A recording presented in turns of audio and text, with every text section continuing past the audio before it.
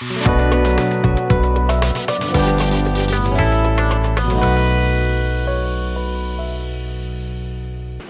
मैं आंचल लोखंडे और आप देख रहे हैं महाराष्ट्र टीवी 24। महाराष्ट्र टीवी 24 के आज के शिक्षा की ऊंची उड़ान इस सेगमेंट में आज हमारे साथ है Jay Edlewar sir, founder and director ANS academy इनसे।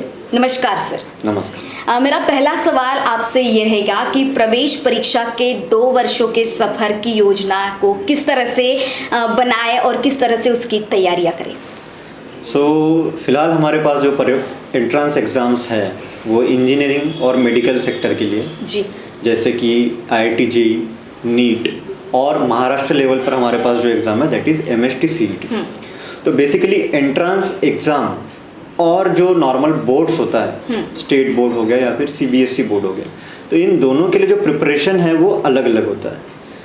स्टेट बोर्ड का जो प्रिपरेशन है वो जैसे ही बच्चे 10वीं तक जो जैसे ही प्रिपेयर करते हैं उसी फॉर्मेट में हमको प्रिपेयर करना पड़ता है जी। लेकिन एंट्रेंस टेस्ट का फॉर्मेट ही अलग होता है।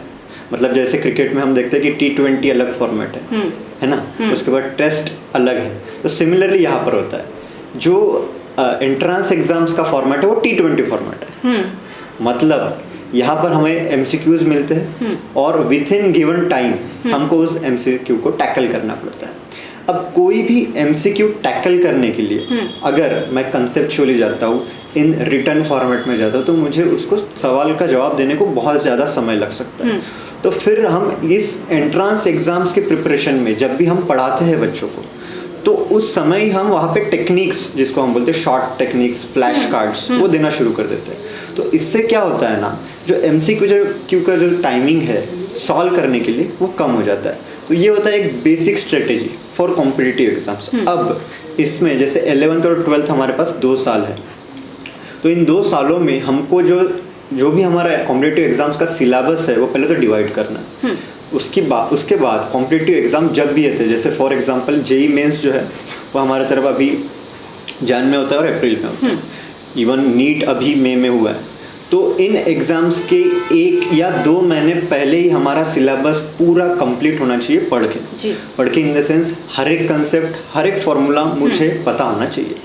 उसके बाद ये 11th और 12th को जैसे मैं डिवाइड कर देता हूँ, 11th का कोई सिलेबस मैं 11th में कंप्लीट कर रहा हूँ और जल्द से जल्द मैं 12th में जंप कर रहा हूँ, है ना। JEE में 11th और 12th ऐसा कुछ नहीं होता है। जो भी होता है वो चैप्टर होता है और चैप्टर के कंसेप्ट्स होते हैं। तो मैं चाहूँगा कि कॉम्पिटिटिव एग्जाम अगर मेरी जन में है तो मेरा सिलेबस नवंबर या फिर अक्टूबर में कंप्लीट हो जाए। उसके बाद एक इम्पॉर्टेंट फेज शुरू होता है, दैट इज मॉक टेस्ट। तो ऐसा कहते हैं कि कॉम्पिटिटिव एग्जाम्स में अब जितने ज़्यादा मॉक टेस्ट दोगे उतना ही सक्सेस का जो परसेंटेज है वो बढ़ता है। क्योंकि मॉक टेस्ट से हम बस सिलेबस का प्रिपरेशन नहीं करते हैं, हम वो 3 घंटे का या 4 घंटे का, जितने भी घंटे का हमारा एग्जाम होता है वो 3 घंटे का हम प्रिपरेशन करते हैं। तो मॉक टेस्ट बहुत ज़्यादा ज़रूरी है जी, क्योंकि पढ़ाई तो बहुत कर लेते हैं छात्र, लेकिन जब परीक्षा का समय आता है और वो 3 घंटे उसे कैसे टैकल करना है, कैसे समय बचाना, ये सब बहुत महत्वपूर्ण होता है। यस। और कैसा है, इन 3 घंटों में बहुत कुछ चीज़ें पॉसिबल हो सकती है। इवन मतलब बच्चे फर्स्ट 2 या 3 क्वेश्चन सॉल्व करने के बाद अगर वो क्वेश्चंस नहीं आ रहे, नहीं सॉल्व हो रहे, फाइनल आंसर नहीं आ रहा, तो डिमोटिवेट हो जाते हैं। तो वो डिमोटिवेशन को टैकल करना मॉक टेस्ट सिखाता है। अच्छा, तो ये एक बेसिक स्ट्रेटेजी होती है। छात्र अपने प्रगति को ट्रैक कैसे करें, कैसे, क्या बताएंगे? बेसिकली सबसे पहले तो जब भी मैं कोई भी एग्ज़ाम के लिए प्रिपरेशन के लिए शुरू कर रहा हूँ तो सबसे पहले मुझे पता होना चाहिए कि कंसेप्चुअली मैं कहाँ पर हूँ जी। मतलब जब मैं शुरू कर रहा हूँ तो जैसे अभी कोरोना से ऐसा हो गया है कि 2-3 साल में बच्चों का जो कंसेप्ट है मैथ्स को लेकर वो बहुत कम हो गया है ना। तो अभी जब हम पढ़ा रहे 10th से पास आउट बच्चों को, जो 11th में जैसे हमारी अभी बैचेस शुरू हो गई है ना, तो इन बैचेस में हमको ये पता चल रहा है कि थोड़े बच्चों के जो कंसेप्ट है वो कमज़ोर है मैथ्स को लेकर ना, क्योंकि मैथ्स एक बहुत ही कंसेप्चुअल सब्जेक्ट है, इसमें बहुत सारी लॉजिकल एबिलिटी लगती है। तो फिर अब जब मुझे पता है कि हाँ मेरे कंसेप्ट थोड़े कम है, क्लियर नहीं, तो सबसे पहला जो टास्क रहेगा अभी के बच्चों के लिए जो 10th से 11th में जाने वाले हैं उनके लिए एक ही सबसे बड़ा चैलेंज है कि हमारा जो बेसिक कंसेप्ट्स है मैथमेटिक्स के या फिर कोई भी सब्जेक्ट के वो फर्स्ट क्लियर करना है। मतलब फाउंडेशन जो हम बोलते हैं, कोई भी चीज़ के लिए एक फाउंडेशन लगता है, तो फाउंडेशन क्लियर होना बहुत ज़्यादा ज़रूरी है। उसके बाद ट्रैक करने के लिए जो हमारे वीकली टेस्ट होते हैं उसमें हर एक चैप्टर का स्कोर उनको टैली करना है।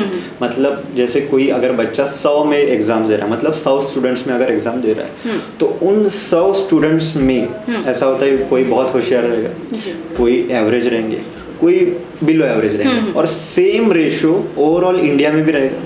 अगर लेट से कि ओवरऑल इंडिया में 10 लाख 15 लाख बच्चे दे रहे हैं तो उसमें भी जो रेशो रहेगा वही रेशो उन 100 में रहेगा। तो उसको ये पता करना बहुत ज़रूरी है कि इन 100 बच्चों में मैं कहाँ स्टैंड करता हूँ। उसके बाद अगर उस एग्ज़ाम में कोई टॉपर है और वो बच्चा, उसने उस टॉपर के हिसाब से जो कंपैरिजन है वो करना चाहिए हर एक टेस्ट के बाद। उसके बाद जो टॉपिक में, जैसे टॉपिक वाइज भी टेस्ट होता है, तो वो टॉपिक वाइज टेस्ट में उसका मार्क्स क्या है। ऐसा होगा कि लेट से कि 10 टॉपिक्स पे एग्ज़ाम हो रहा है, उसमें से 8 टॉपिक्स में अच्छे मार्क्स हैं, मतलब अगर 100 मार्क्स का पेपर है तो मोर देन 80 मार्क्स है। लेकिन एक आधा ऐसा टॉपिक रहेगा जिसमें बिलो 50 मार्क्स है, मतलब वो टॉपिक कमज़ोर है। तो वो टॉपिक बहुत अच्छे से एक ऐसा प्रिपेयर करना है कि सो दैट मैं एक एवरेज मार्क्स से ज़्यादा ले लूँ वो स्पेसिफिक टॉपिक के लिए। मतलब ऐसा नहीं होता है कि हर एक बच्चे को सारे टॉपिक आते हैं, हर एक बच्चे को कुछ टॉपिक्स रहते हैं जो नहीं आते हैं, तो इसलिए उसमें उसको मिनिमम क्वालिफाइंग मार्क्स एश्योर करना बहुत ज़्यादा ज़रूरी है। सर क्या बताएंगे स्टूडेंट अपनी प्रोग्रेस को, प्रगति को कैसे ट्रैक करें?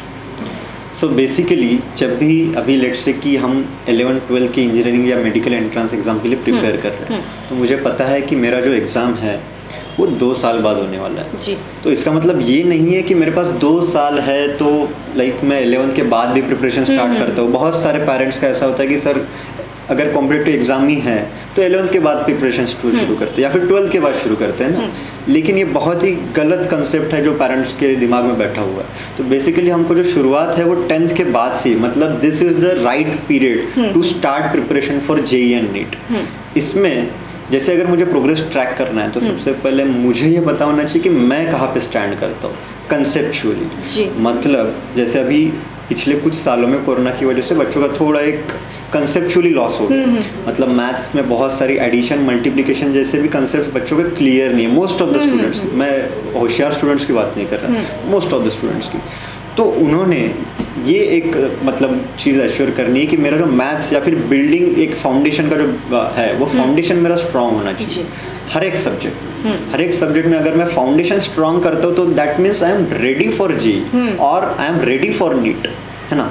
इवन बायोलॉजी में जो फाउंडेशन कॉन्सेप्ट्स है वो स्ट्रांग करने चाहिए। उसके बाद जो ये लड़ाई है 2 साल की, उसके लिए हमें बढ़ना है। इस 2 साल में प्रोग्रेस ट्रैक करने के लिए वीकली टेस्ट तुम्हारा बहुत बड़ा हथियार है। तो वीकली टेस्ट को भूलना नहीं है, वीकली टेस्ट में परफॉर्म करना बहुत ज़रूरी है। इवन हम हमारे इंस्टीट्यूट में हर वीकेंड को एक टेस्ट लेते हैं MCQ बेस्ड ना। इवन जैसे अभी जेईई का जो टेस्ट है वो ऑनलाइन होता है, तो हम हमारे तरफ ऑनलाइन टेस्ट लेते हैं। तो ये ऑनलाइन टेस्ट में उनका एक्चुअल में स्कोर क्या आ रहा है, और जैसे अभी एक स्टूडेंट है इन 100 इन बैच ऑफ 100, वो स्टूडेंट 100 स्टूडेंट्स में कहाँ पे स्टैंड करता है वो देखना बहुत ज़रूरी है। इससे उसको रियलिटी चेक मिलेगा हमेशा। मतलब पूरे थ्रू आउट 2 years में उसको हमेशा रियलिटी चेक रहेगा कि मैं कहाँ पे हूँ, क्योंकि सेम चीज़ें सेम नेचर, जैसे वो 1 in 100 है, सेम 14 lakhs में भी सेम ही चीज़ होगी। मतलब कुछ बच्चे होशियार होंगे बहुत, कुछ एवरेज होंगे, कुछ बिलो एवरेज होंगे। सेम जो रेशो है वो 1 in 100 में भी रहेगा। तो उसको पता होना चाहिए कि वो एग्जैक्टली कहाँ पे स्टैंड करता है। उससे वो अगर कंपेयर कर रहा है कोई भी टॉपर का, अगर वो रिजल्ट देखे सब्जेक्ट वाइज या फिर क्वेश्चन वाइज कि वो एग्जैक्टली कौन से टॉपिक्स के क्वेश्चन सॉल्व कर रहा है टॉपर, और तुम कौन से टॉपिक के क्वेश्चन सॉल्व नहीं कर पा रहे, तो उससे क्या होगा ना, आपको ये पता चले कि मैं कहाँ पे कमज़ोर हूँ। या इवन अगर टॉपिक वाइज टेस्ट आप देखें तो अगर मैं 10 टेस्ट दे रहा हूँ अलग अलग टॉपिक्स के, और उसमें से लेट से कि मेरा एक जो टॉपिक है उसमें मेरा टेस्ट का स्कोर बिलो एवरेज है, मतलब लेस देन 50 है, तो उसमें मुझे पता चल रहा है कि हाँ ये टॉपिक तो मेरा कमज़ोर है, इसमें मुझे मेहनत करनी है। तो फिर ऐसा होता है कि हर एक स्टूडेंट, मतलब एक स्टूडेंट हर टॉपिक में मास्टर नहीं कर सकता, क्योंकि जो टाइम है अगर आप देखिए बस 2 साल है, और चैप्टर्स मोर देन 100 चैप्टर्स है हमको टैकल करना है। तो हर एक टॉपिक में आप बादशाह नहीं बन सकते, तो कहीं कहीं तुमको कॉम्प्रोमाइज़ करना पड़ता है, कहीं कहीं बस उस टॉपिक में एटलीस्ट मोर देन एवरेज तो भी मैं सिक्योर कर रहा हूँ, ये इंश्योर करना बहुत ज़रूरी है। उसके बाद जैसे ही 11th शुरू हो जाता है बच्चों का ऐसा होता है, या फिर इवन मेरा जब 11th-12th में मैं था तो 11th बहुत जल्दी निकल जाता है और अचानक फिर 12th आ जाता है है ना। तो फिर 11th में जो भी मेरे minimum number of expected chapters cover होने चाहिए थे उस पे टारगेट करना है हमेशा, नहीं तो फिर लैगिंग में रहोगे आप हमेशा। हमेशा आपके बैकलॉग चैप्टर्स जो है, जो रिवाइज ही नहीं किए, जो पढ़े ही नहीं, वो ज़्यादा रहेंगे। तो वो मेक श्योर करना है कि बैकलॉग चैप्टर्स आपके ना रहे, आप टीचर के साथ ही चल रहे हैं। मतलब टीचर ने जितने टॉपिक पढ़ाया है आप भी उतने टॉपिक के साथ रेडी हो, उतने टॉपिक्स आपके प्रिपेयर्ड, इससे आपका ट्रैक हमेशा रहेगा। स्टूडेंट पढ़ाई तो कर लेते हैं, प्रैक्टिस कर लेते हैं, लेकिन डिमोटिवेशन का भी सामना उन्हें करना पड़ता है, निगेटिविटी का सामना उन्हें करना पड़ता है। किस तरह से सामना करें? बेसिकली डीमोटिवेशन आता है, मतलब ओवरऑल आप अपने लाइफ जर्नी में भी हम अगर देखें तो डीमोटिवेशन आता है जब हम कोई सिचुएशन फेस करते हैं। सिचुएशन स्टूडेंट के लाइफ में सिचुएशन इज टेस्ट या फिर एग्जाम। तो डीमोटिवेशन कहाँ से आ रहा है? एग्जाम की वजह से आ रहा है। तो सबसे पहले है कि मुझे एग्जाम को नहीं डर। अब एग्जाम मतलब जेई का एग्जाम नहीं, एग्जाम मतलब जो मैं वीकली टेस्ट दे रहा हूँ, इवन उसका भी डर ऐसा होता है कभी कभी हमारे पास कि जैसे मैंने लेट से कंसिडर कर दिया कि अभी वीकेंड सैटरडे को मैंने टेस्ट रख दिया, तो बच्चे करते हैं कि मतलब वीकली पूरा आएंगे लेक्चर्स को और सैटरडे को एब्सेंट रहेंगे because of fear of exam. तो fear of exams brings demotivation. तो अगर मैं कोई भी एग्जाम के लिए प्रिपेयर कर रहा हूँ और उसमें मुझे लेट से कोई एक वीक को मेरा स्कोर कम हो गया, तो अचानक से बच्चे डिमोटिवेट हो जाते हैं, मतलब एकदम आ जाते हैं कि सर अभी कैसे होगा, मेरे से नहीं हो पाएगा ये, या फिर मैं कर पाऊंगा क्या। तो अपने एबिलिटी पे क्वेश्चन करना एक हद तक सही है, करना चाहिए क्वेश्चन, है ना, कि मैं कर पाऊंगा क्या। लेकिन एक होता है ना, एक बिलीफ रखना बहुत ज़रूरी है बैक एंड पे कि हाँ कहीं ना कहीं एक जो बैरियर होता है ना कि हाँ इतने एफर्ट्स मारूंगा तो हो जाएगा, हमेशा उससे ज़्यादा ही एफर्ट्स लगते हैं वो चीज़ पाने के लिए। जितना हम सोचते हैं कि नहीं इतने एफर्ट्स अगर मैं ले रहा हूँ कोई चीज़ के लिए, कोई एग्जाम के लिए, तो शायद मेरा सिलेक्शन हो जाएगा, शायद मेरा AR रैंक अच्छा आ जाएगा। लेकिन हमेशा कंसिडर करो कि उससे ज़्यादा ही एफर्ट्स लगते हैं। Even in reality, in real life also, अगर आप कोई चीज़ पाना चाहते हो तो आप सपोज कर लेते हो मुझे इतने एफर्ट्स अगर मैं दे दूँ तो मुझे वो चीज़ मिल जाएगी, लेकिन ऐसा नहीं होता है। हमेशा रियलिटी में अगर आप 100 चाहते कि 100 एफर्ट्स में मारो, वैसा नहीं होता है। 1000 एफर्ट्स मारने के बाद ही चीज़ें मिलती है। सिमिलरली एग्जाम का भी वैसा ही, आप जितना सोच रहे हो कि अरे यार इतना मेहनत किया फिर भी रिजल्ट क्यों नहीं आ रहा, शायद उस रिजल्ट के लिए तुम जितना मेहनत कर रहे हो उससे ज़्यादा लग रही है, लेकिन वो तुमको पता ही नहीं चल रहा है कि मुझे जो मैं मेहनत कर रहा हूँ वो कम कर रहा हूँ कि ज़्यादा कर रहा हूँ। तो हमेशा याद रखना कि कोई भी चीज़, मतलब इवन रिजल्ट, उसके लिए मेहनत थोड़ी ज़्यादा, जितना आप सोच रहे हो उससे ज़्यादा ही लगती है। तो डिमोटिवेशन कब आता है? जब मैं कुछ मेहनत कर रहा हूँ और मुझे उसका रिजल्ट नहीं मिल रहा। तो उससे फिर क्या होता है ना कि जैसे कोई बच्चा है उसको मार्क्स कम आ गए, वो अचानक पढ़ाई मतलब छोड़ देता है कोई, या फिर मैथ्स में लेट से कम मार्क्स आ गए तो बोल देगा sir I hate maths. Maths में मार्क्स कम आने की वजह से फिर ऐसा पर्सपेक्टिव बनाना ये गलत चीज़ है, क्योंकि इन दी एंड आपको बस मैथ्स नहीं, आपको मैथ्स फिजिक्स केमिस्ट्री सब लेके एक स्कोर बनाना है, बराबर है ना। तो इसमें फिर डिमोटिवेशन में एक चीज़ और है कि जैसे पेरेंटल जो प्रेशर होता है जी, वो बच्चे हैंडल नहीं कर पाते, कि पेरेंट्स के एक्सपेक्टेशंस होते हैं कि नहीं ये इतना स्कोर करना चाहिए, फिर वहाँ से भी डिमोटिवेशन आता है। तो बहुत सारी चीज़ें इस डिमोटिवेशन को लीड करती है। तो इसमें बस एक ही है कि belief and what is your goal in the end, in the journey what is your goal, कहाँ पे तुमको पहुँचना है। वो गोल हमेशा तुमको मोटिवेशन देगा, अंदर से मोटिवेशन देगा। इवन मतलब आप YouTube पे जाके एक्सटर्नल मोटिवेशन के लिए 10 वीडियोस देख सकते हो, लेकिन वो मोटिवेशन 1 या 2 दिन चलेगा। आपको अगर थ्रू आउट जर्नी में मोटिवेशन चाहिए तो इंटरनल मोटिवेशन चाहिए। तो डिमोटिवेशन को टैकल करने के लिए तुमको इंटरनल मोटिवेशन ब्रिंग आउट करना पड़ेगा कि हाँ ये चीज़ मुझे करनी है, और वो जो एक जो थॉट होता है कि हाँ ये मुझे करना है, वो मोटिवेशन देता है। जी बिल्कुल। भारत में अनुसंधान करने के विभिन्न रास्ते क्या है, क्या बताएंगे? हाँ, तो इस सवाल को मतलब ये सवाल ही बहुत ज़्यादा इम्पोर्टेंट है फिलहाल, क्योंकि हम देख सकते हैं कि एवरीवन जो भी पढ़ाई कर रहा है उसको इन द एंड जॉब ही चाहिए। बिल्कुल, मतलब बीटेक MBBS करने के बाद जॉब ही चाहिए। तो रिसर्च फील्ड ही फिलहाल इंडिया के लिए बहुत ज़्यादा इम्पोर्टेंट है, और इसीलिए इंडिया जो बच्चे हैं जो रिसर्च में इंटरेस्टेड है उनको मोटिवेट करती है, और उसके लिए अलग अलग स्कीम्स के साथ आती है। जैसे हमारे पास MSc के बाद नेट JRF एग्ज़ाम्स है, उसके बाद हमारे पास गेट एग्ज़ाम है, उसके बाद हमारे पास PET PhD एंट्रेंस टेस्ट, ये एक एग्ज़ाम्स है। तो ये तीनों एग्ज़ाम्स क्रैक करने के बाद गवर्नमेंट पर मंथ स्टूडेंट्स को स्टाइफंड देती है। मतलब लेट्स से कि अगर आप JRF क्वालिफाई करते हो तो आपको अराउंड 22,000 30,000 आपको स्टाइफंड मिलता है मंथली। इवन आप गेट एग्ज़ाम क्रैक कर रहे हो तो IITs में अगर आप PhD के लिए अप्लाई कर रहे हो तो आपको अच्छा खासा स्टाइफंड मिलता है। तो जो बच्चे रिसर्च में इंटरेस्टेड है तो जो बच्चे रिसर्च में इंटरेस्टेड है उनके लिए ये चीज़ें पहले तो आपको पता करना है कि आपको एग्जैक्टली किस सब्जेक्ट को लेके PhD करना है ना। उसके बाद आपको दूसरा चीज़ ये डिसाइड करना है कि आपको किस इंस्टीट्यूट या फिर किस यूनिवर्सिटी से आपको PhD करना है ना। या फिर आपको और एक डिसाइड करना है कि आपको कौन सी एग्ज़ाम दे के PhD करना है।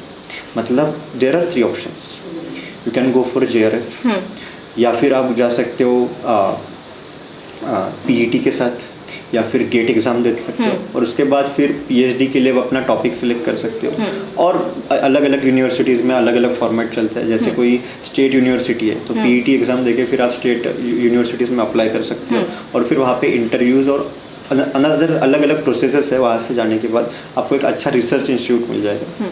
उसके बाद आपका जो टॉपिक है वो बहुत मैटर करता है कि आपको कितने साल लगेंगे PhD कंप्लीट करने के। उसके बाद जैसे ही आपका PhD कंप्लीट होता है तो अगर आपको टीचिंग में इंटरेस्ट है तो आप अगेन अलग अलग यूनिवर्सिटीज़ कॉलेजेस में अप्लाई कर सकते हो। अगर आपको टीचिंग में इंटरेस्ट नहीं है तो हर एक कंपनी, हर एक इंडस्ट्री में एक R&D सेक्टर होता है, रिसर्च एंड डेवलपमेंट सेक्टर। तो वहाँ पे आपको मतलब गारंटीड एक जॉब अच्छा पैकेज के साथ मिल सकता है। लाइक मोर देन 12 LPA आप R&D सेक्शन में जॉब ले सकते हैं।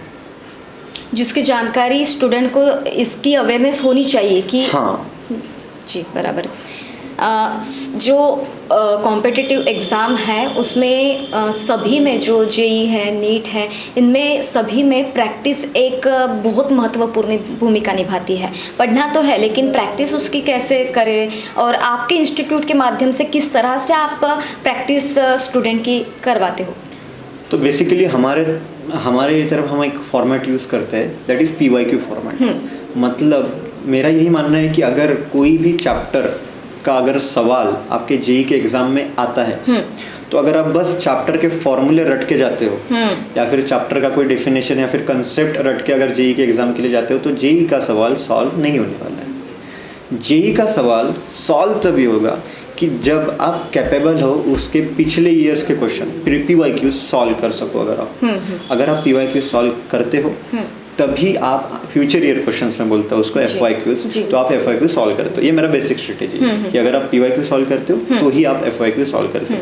तो इसलिए हम हमारे तरफ से एक थियरी मॉड्यूल अलग से देते हैं, फिर एक PYQ मॉड्यूल हम ANS अकेडमी की तरफ से हर एक बच्चे को देते हैं, जिसमें जैसे JEE एग्ज़ाम है तो JEE एग्ज़ाम में अब तक कितने बार एक टॉपिक पर क्वेश्चन आया है वो सारे क्वेश्चंस लिस्टेड होते हैं और वो क्वेश्चंस हम थोरोली हमारे स्टूडेंट्स से हम वो सॉल्व करके वो उनकी प्रैक्टिस करवाते हैं। उसके बाद ये एक होता है कि हर एक टॉपिक के at least minimum 150 questions you should solve. वो तो बेसिक रिक्वायरमेंट है कोई भी कॉम्पिटिटिव एग्जाम का कि हर एक टॉपिक अगर मुझे मास्टर करना है तो मिनिमम 150 क्वेश्चंस तो हमको करना ही है। तो 150 क्वेश्चंस प्लस PYQs अगर इतना भी हम कर पाते हैं तो हमारा टॉपिक मास्टर हो जाता है और इससे एक अच्छा स्कोर हम एक्सपेक्ट कर सकते हैं। जी, ज़्यादा से ज़्यादा स्टूडेंट JEE, IIT, नीट इनमें मतलब ज़्यादा रुचि दिखाते हैं। इसके अलावा भी और विभिन्न पर्याय उपलब्ध है, उसके बारे में आप क्या बताएंगे? और उसके बारे में स्टूडेंट को अवेयरनेस नहीं है, क्या बताएंगे? सो बेसिकली जैसे JEE, नीट ऐसी एग्ज़ाम्स है, उसके साथ अगर कोई स्टूडेंट मैथमेटिक्स में ही इंटरेस्टेड है तो हमारे पास कोलकाता में एक इंस्टीट्यूट है ISI, इंडियन स्टैटिस्टिकल इंस्टीट्यूट। उनका खुद का एक एंट्रेंस एग्ज़ाम होता है तो वहाँ से आप मैथमेटिक्स में ऑनर्स कर सकते हो। उसके बाद वी हैव अगर कोई बच्चा रिसर्च में इंटरेस्टेड है तो we have IISER, Indian Institute of Science Education and Research. वहाँ पे उनका भी खुद का एंट्रेंस एग्ज़ाम है जो अगले महीने जून में ही 15 तारीख को एग्ज़ाम है IISER का। तो ये अगर आपका रिसर्च में इंटरेस्ट है तो आप यहाँ जा सकते हो, या फिर अगर आपको इंजीनियरिंग, मेडिकल इधर ही नहीं जाना है, अगर आपको ये फील्ड्स में नहीं जाना है, यू कैन डू BSc, बहुत अच्छा ऑप्शन है। और BSc के बाद यू कैन डिसाइड कि आगे मुझे कॉम्पिटिटिव एग्जाम्स के लिए प्रिपेयर करना है। Let's say we have MPSC, UPSC, railway exams, bank exams, ये सारे एग्जाम्स हमारे पास ऑप्शंस मतलब अवेलेबल है, या फिर इवन कॉमर्स के बाद अगर आप इधर नहीं जाते तो आप अगर आपको कॉमर्स में मैथमेटिक्स में इंटरेस्टेड है, स्टैटिस्टिक्स में इंटरेस्टेड है, तो कॉमर्स के बाद आप बीकॉम करके फिर एमबीए के लिए जा सकते हैं। इसलिए क्योंकि कई स्टूडेंट नीट की जेई की तैयारी करते करते उनसे नहीं हो पाता है, तो उनके लिए ये पर्याय उपलब्ध रहे। जी बिल्कुल। भारत में जो सर्वोत्तम शोध संस्थान है उनके बारे में क्या बताएंगे, कौन से वो संस्थान है? सो बेसिकली अभी फ़िलहाल जो पीएचडीज या फिर रिसर्च हो रही है या फिर रिसर्च में जो हम स्टूडेंट्स इंटरेस्टेड है, वो मैक्सिमम ऐसा हो रहा है कि ग्रेजुएशन के बाद कुछ लोग बाहर एमएस के लिए जा रहे हैं। इवन हमारे इंडिया में बाहर अच्छे इंस्टीट्यूट्स अवेलेबल है, जैसे आईआईटीज़ से अगर आप पीएचडी करते हो तो दैट इज़ लाइक बहुत अनमोल चीज़ माना जाता है। आईआईटी से अगर मैं कोई पीएचडी कर रहा है तो इवन हमारे पास आईआईटीज़ के बाद एनआईटीज़ है जहाँ से भी अच्छी पीएचडी हो रही है। अच्छी पीएचडी मतलब जहाँ से रिसर्च में एक अच्छा मुझे रिसोर्स मिल रहा है। इवन अगर कोई कॉलेज से मैं अगर कर रहा हूँ तो कॉलेज का सपोर्ट मुझे पूरा मिल रहा है। तो इससे क्या होता है ना, वो स्टूडेंट मोटिवेटेड रहता है रिसर्च में, बिकॉज इवन पीएचडी करना इज अ लॉन्ग प्रोसेस। बिल्कुल। तो वहाँ पे कहीं ना कहीं एक डिमोटिवेशन आ जाता है, क्योंकि वही उसी एज के मतलब हमारे एज के ही हमारे जो कलीग्स है वो हम उनके करियर में एक्सेल करते रहते हैं। तो रिसर्च का एक पीरियड जो होता है 4 इयर्स 5 इयर्स लॉन्ग, तो इसमें मोटिवेटेड रहना अगर है तो फिर एक अच्छा इंस्टीट्यूट अगर रिसोर्स अवेलेबल करके दे रहा है मुझे, तो I will be motivated through out the journey, और इससे जो पीएचडी का जर्नी है वो बहुत ही अच्छा हो जाएगा। इसके बाद आईसर ये भी एक अच्छा इंस्टीट्यूट है जहाँ से आप पीएचडी आगे सोच सकते हैं। रिसर्च के बाद हम कितने पैकेज की मतलब उम्मीद कर सकते हैं? तो रिसर्च जो है पीएचडी है, ये मतलब ऐसा होता है ना, ये उन लोगों के रहता है जो पहले से ही उनके फील्ड्स में इंटरेस्टेड होते हैं। तो कहीं ना कहीं ऐसा होता है कि इतना सब पढ़ लेने के बाद, पीएचडी होने के बाद एक पैकेज ये एक उनके लिए बस एक टर्म बन के रह जाता है। लेकिन फिर भी अगर आप देखें कि आप अगर आईआईटीज़ और एनआईटीज़ से अगर पीएचडी कर रहे हैं तो हमारे पास अराउंड अगर इंडिया में देखें तो 10 to 12 एलपीए देने वाली कंपनीज़ हैं जो उनके आर&डी सेक्टर में बहुत सारे रिसर्च स्टूडेंट्स को या फिर पीएचडी होल्डर्स को रिक्रूट कर रहे हैं। काफ़ी अच्छी जानकारी आपने दी। हमारे स्टूडेंट और अभिभावकों के लिए कुछ एक जाते जाते इंटरव्यू का समापन करते वक्त कुछ एक संदेश दे दीजिए। सो बेसिकली स्टूडेंट्स को मैं यही कहना चाहता हूँ कि मैं ऐसे स्टूडेंट्स देख रहा हूँ जो फ़िलहाल अपने कंफर्ट जोन में हैं। उनको ऐसा लगता है कि जो है वो ठीक है और जो होगा आगे वो भी ठीक ही होगा। बट अगर मैं देश की बात करूँ तो हमें देश में आगे ऐसे नौजवान चाहिए, ऐसा यूथ चाहिए जिसमें कुछ कर गुजरने की मतलब एक तैयारी हो। तो मैं यही चाहता हूँ कि बच्चे पहले डिसाइड करें कि मुझे एग्जैक्टली चेंज लाना क्या है।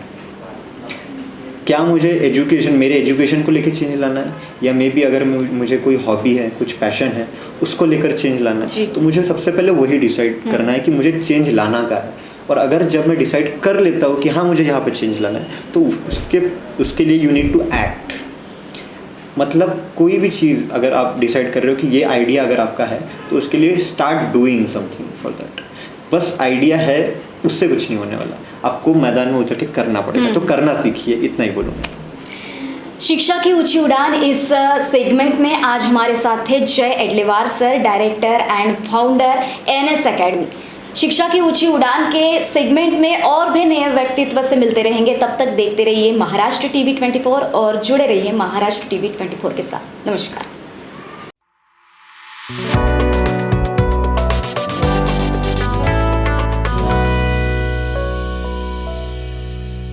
Are you looking for best coaching institute? Then come to ANS Academy. Answer to all your dreams. Co-founder and director of ANS Academy, Mr. Nihal Shahare and Mr. Jay Edliwar provides you best teaching methods, IITG Main plus Advanced, NEET, MHT, CET plus 11th or 12th, 8th, 9th, 10th Foundation, MHT, CET crash courses. Choosing ANS Academy is best thing for students. We provides monthly career counseling, monthly online test, 24/7 doubt clarification, batch size 30, experienced faculties, pick and drop, nearest metro, residential facility also available. Let's achieve your dreams together.